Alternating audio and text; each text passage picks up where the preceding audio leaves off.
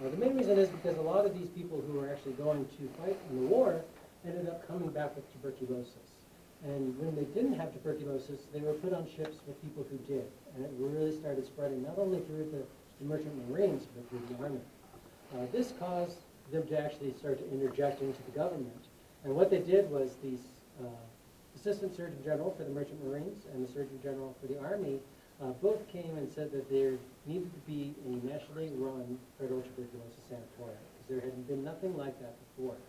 They were pretty much state-run or privately run. And finally, on April 1st of 1899, President McKinley ended up signing an executive order making Fort Stanton the nation's first federal tuberculosis hospital. So you guys are in the first national tuberculosis hospital ever established. It was followed a couple months later by Fort Bayard. Fort Bayard actually became the nation's second, and that one was specifically more for the Army, while we were the Merchant Marines. It does seem like a weird place to stick seamen out here, but at the same point, they were trying to seclude them, and there had been a lot of reports that New Mexico's environment was actually better for tuberculosis. And this really came to light in about 1908. In 1908, in 1900, let me back up a little more, Dr. Carrington was the medical officer in charge, and he ran the facility for almost the very first years, all the way till 1910. But in 1908, he wrote an article that was published in the New York Medical Journal, and it talked about Fort Stanton statistics and what happened. And in those first 9 years, he had 1,297 people who actually came to Fort Stanton to be cured of tuberculosis. Out of those, 694 of them ended up passing away. It seems like a really, really high number. But when you actually start comparing it to the other sanatoriums throughout the nation, if you had stage 1 tuberculosis, you considered ambulatory. They would have put you in the TB huts that Dr. Carrington pretty much invented. You had a 24% chance of surviving than any other sanatorium in the nation. If you had stage 3, you would have been in a building like this. You were not allowed to go outside. This room over here used to actually connect to the cafeteria, which is the next building over. And the one on the opposite side, which is the sprinkler room, connected to the ward over there. You were never allowed to go outside.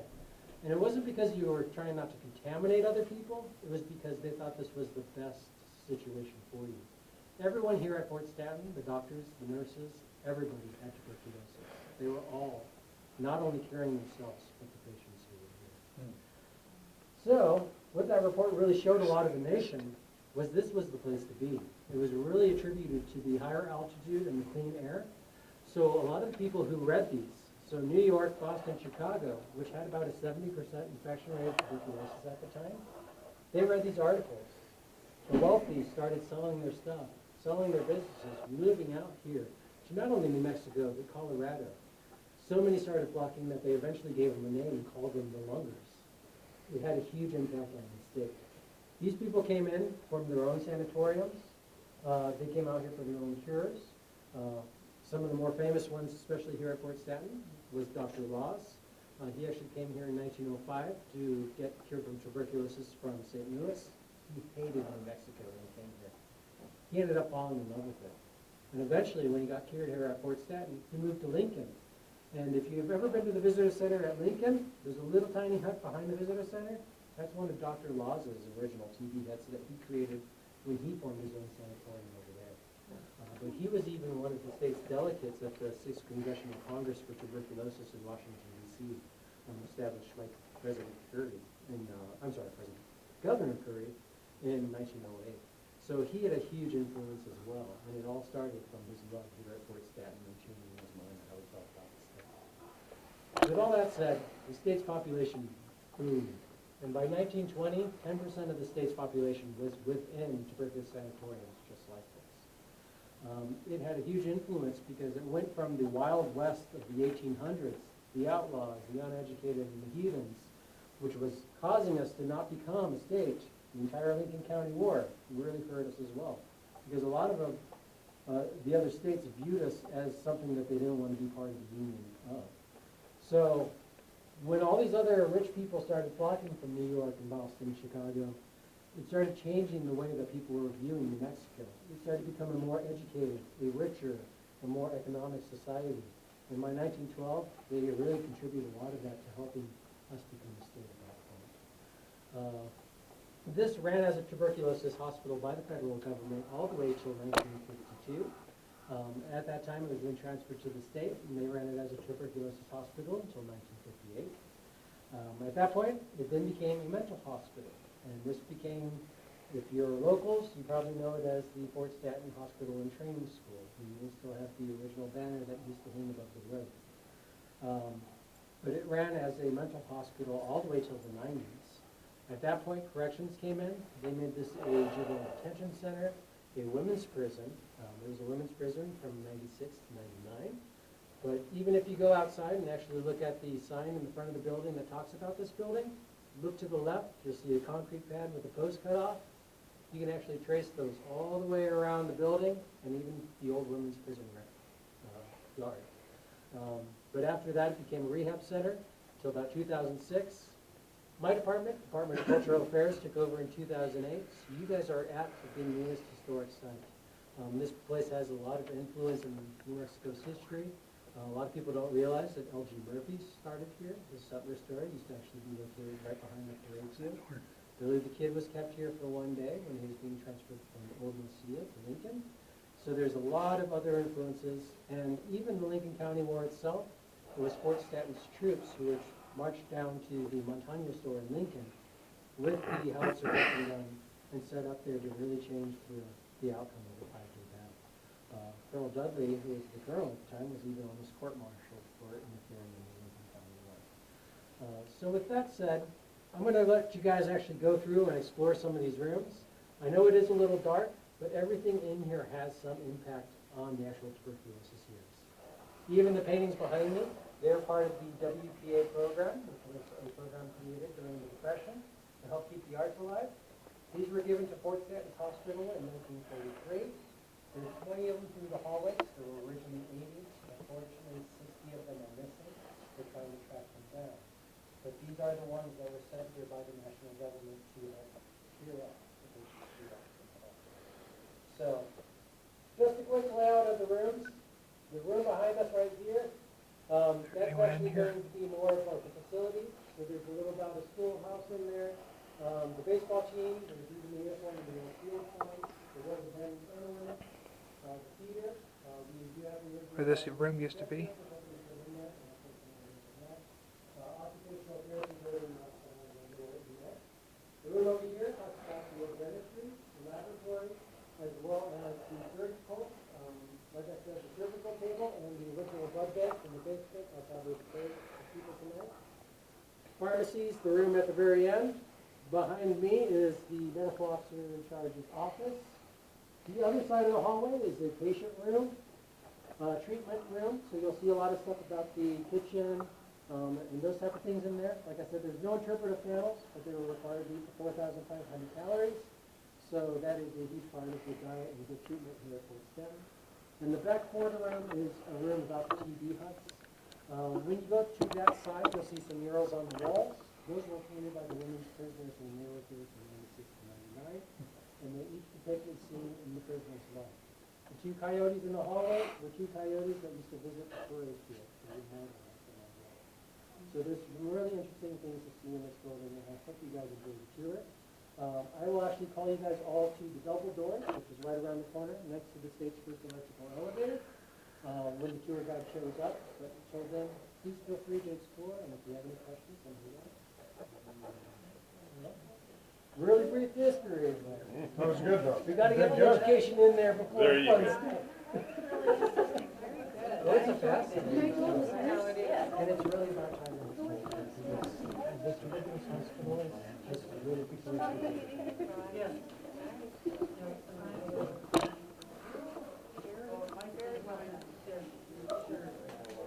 This is a year's work for me. Like what did I do before this? I was a pharmacy technician on the board of this house.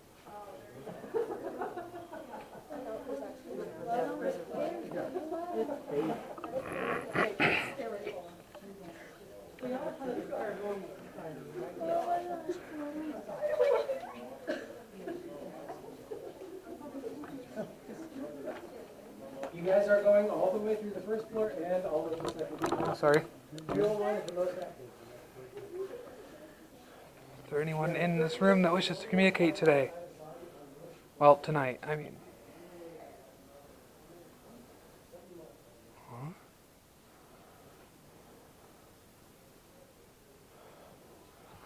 I think that's a reflection of that light over there.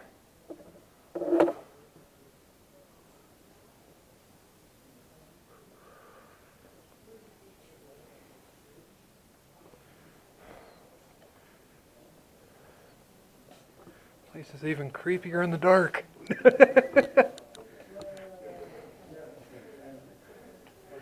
It's like it's even scarier in the dark. Oh, it's fun in the dark. The best in the dark. Yeah. I just didn't expect it.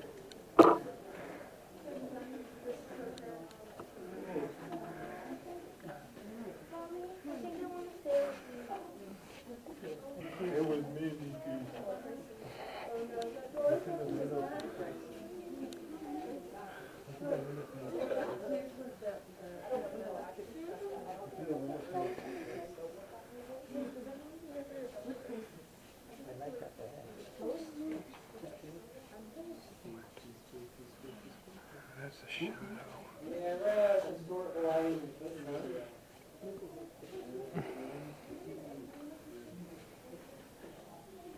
I know it's dark, but it gives you guys reasons to come back on July 14th and see it in the light.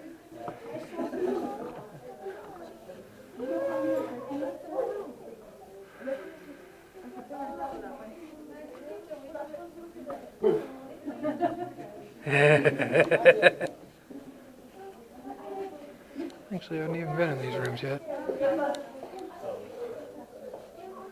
Ow.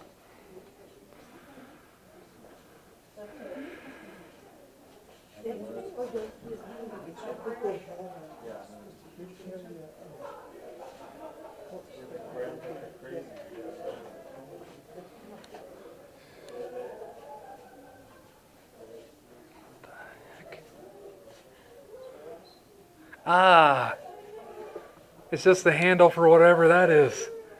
I thought someone was standing there. Oh. Because it reflected through my IR light. So it was like, is somebody standing there? See, it literally reflects off of it. Even though it's not a visible light spectrum. Huh.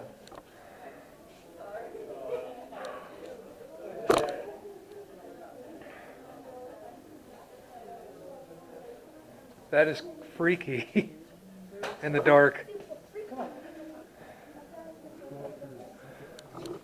Well, at least I know how to explain it now. Jesus. This is the darkest room of all of them. Oh, sorry. Oh,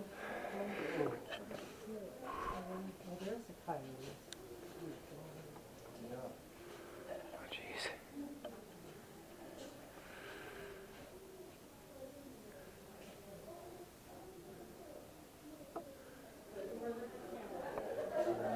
Guys.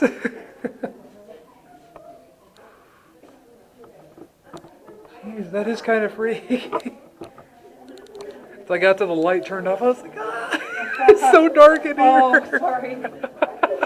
I keep this in my purse. I didn't expect it to be so dark in there. It's like they turn off the flashlight, completely dark in that one room in the corner. And my only source of light, the IR sensor. It feels like that one game with the camera. Jeez Louise. It looks like the group's coming. Can you switch on one side of the hallway so the others can come out? They'll do a straight shot from the door.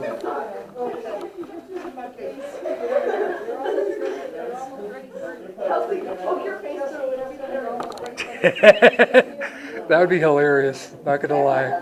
Put your face in there.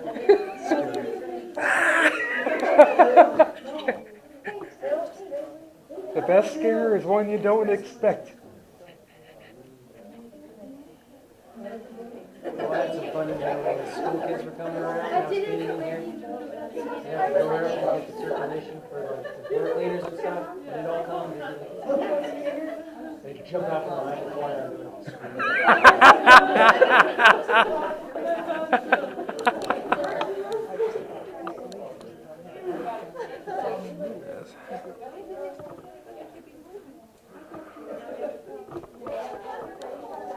Oh, jeez. That was kind of freaky. I was like, looked in that room. Oh, jeez. Got scared of just someone just hanging like this looking. my mannequin. No, the actual person in the medical. Oh. And I'm like, oh, jeez, there's someone there.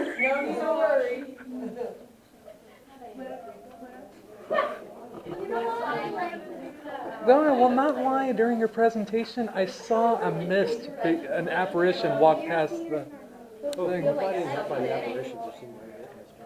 I actually saw a person, like little kid spirit, walking Yes. past. You probably heard like, Are You Dead before? I haven't. I probably caught it recording, but Yeah, the upstairs when you get up there. Oh, you were already up there. I was already up there. Like that's where I heard Greg or Gray, and everybody's trying to figure out, okay, who's Gray? Who's Greg?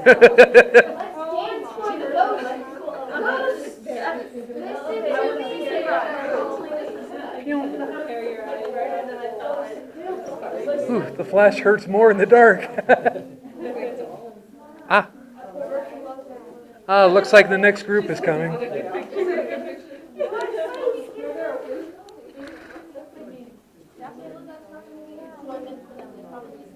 Okay.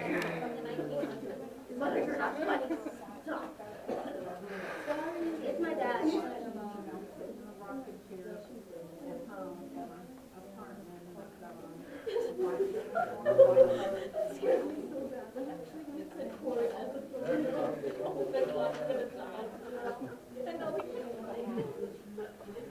Well, that was the most interesting one. Tiny little orb just like walking across the ground. I was going to say, did someone say that their name's Tori? Corey. Oh, Corey, all right. I'm going to say you're in trouble. Story, Corey. Like, what about Corey? Just like we're coming through. If we could just step to the side and let them through. Honey, come on over. You guys enjoy it? And the spirits then walk through as well. You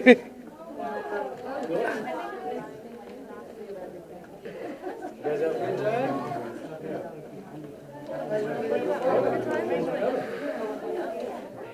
Jake, you were behind me. I'm sorry I had a crush. Have a good time? Whoa.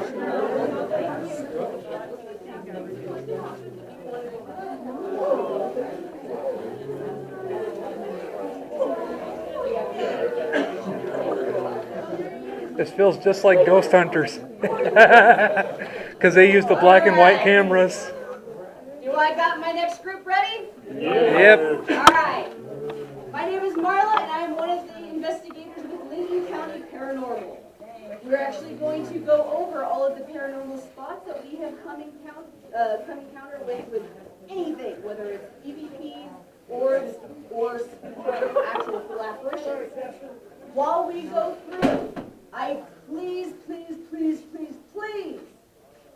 recommend you stay with the group. Do not linger behind. Do not dawdle. We do have other groups that will be coming in shortly behind us, and if you get caught within their group, you will be escorted out. Okay? Just because we need to be able to keep count of all of you guys. All right? I do recommend pictures, video, voice recorders. Do it all. If you find stuff and you want to send it to us, even better. Because if you've actually caught something, we will credit you on our website and on Facebook and everywhere else we decide to post this stuff. So, make sure you got your cameras ready. Make sure you got your ears ready. We're going to go ahead and we're going to go through the double doors. And you'll actually see a doorway with a light going through. Stop at the doorway before that one. And then face me. Okay? There's a whole bunch of lights just walking around everywhere. Appearing suddenly. Yeah, Jackson came in this.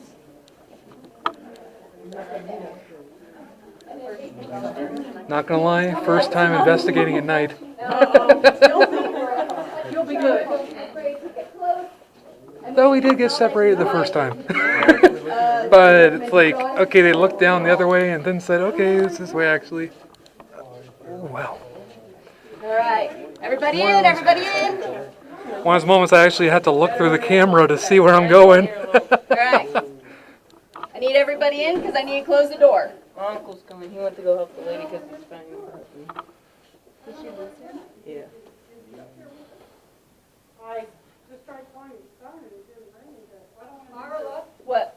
We lost somebody. Who did we lose? I don't know. What's his name? Bill? Bill? Bill's not here. Oh, Lord. I told you, Jim. He was right there and I was talking to you and then he was gone. Oh, what? Oh, sorry, guys. All you could have done is gone out the door when all those people were going out. Or he might have. Did you check? Yeah, you can go up. Yeah, go ahead. You know what? You can go on the next door. No, she can just come in. It's not like I'm going to get very far. Oh, all right. Okay, time for the next battery. Yeah, he walked out with the other tour. Nice. Like, you didn't finish. You haven't even started.